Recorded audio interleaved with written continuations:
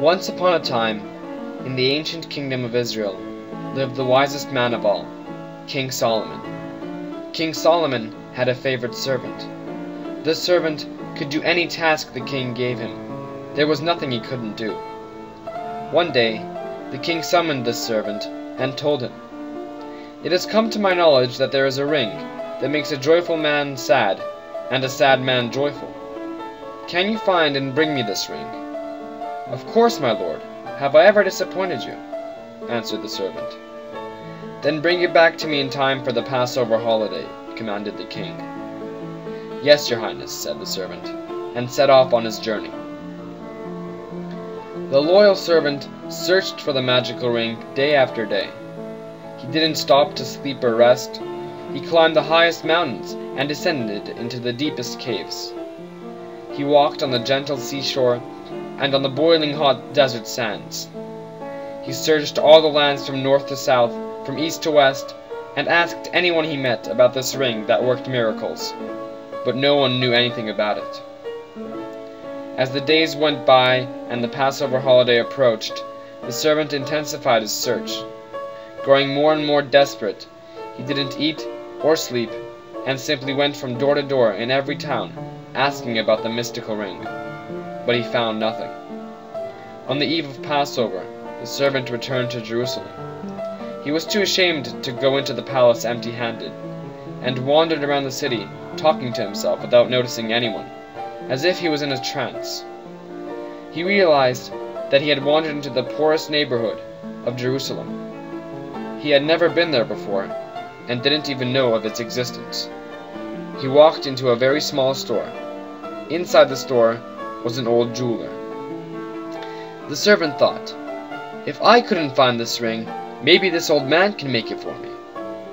He went up to the old man and told him, "King Solomon seeks a ring that makes a joyful man sad and makes a sad man joyful. Can you make such a ring?"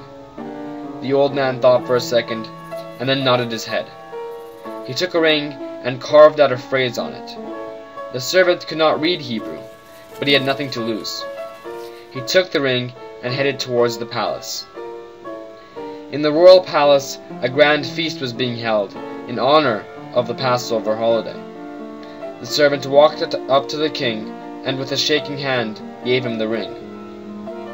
The king, with a smile on his face, took the ring and read what the old jeweler had written on it. His smile disappeared instantly, and his face filled with sorrow. Seeing this sudden change, the servant understood that he had found exactly the ring that King Solomon had asked him to find. The engraving on the ring read, "Gam ze yavor," which means, "This too shall pass." This story reminds us that if you have a bad day, it will pass. And when you have a good day, seize the moment, enjoy it, and appreciate it, because you should know it will not last forever.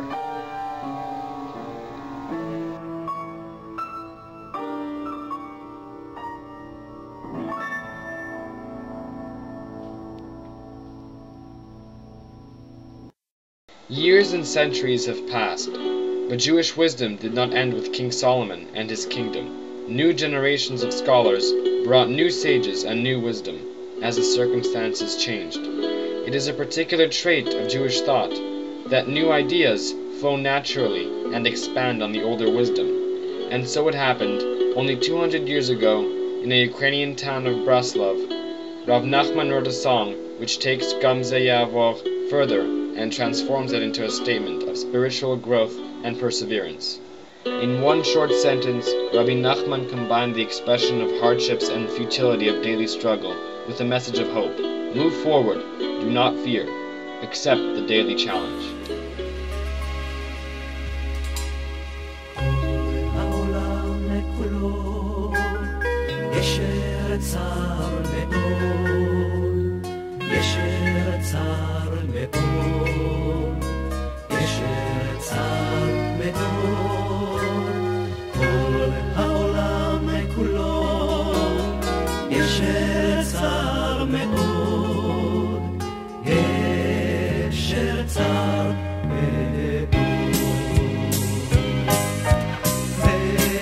והעיקר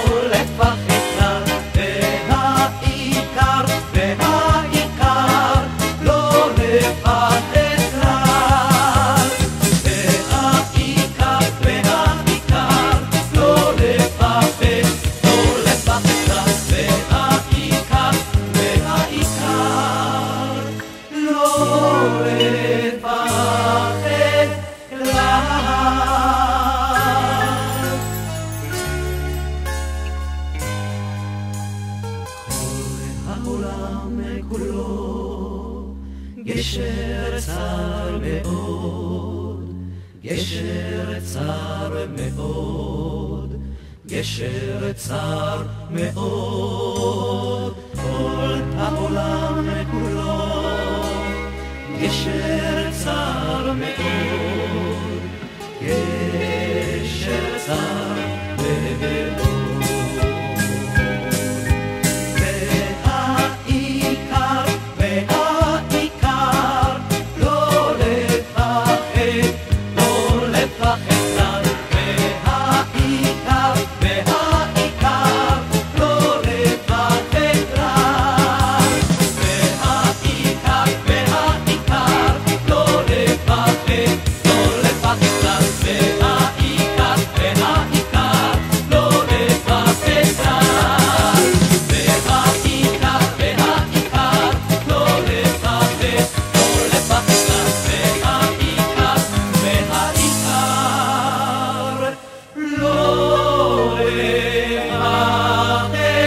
Claro.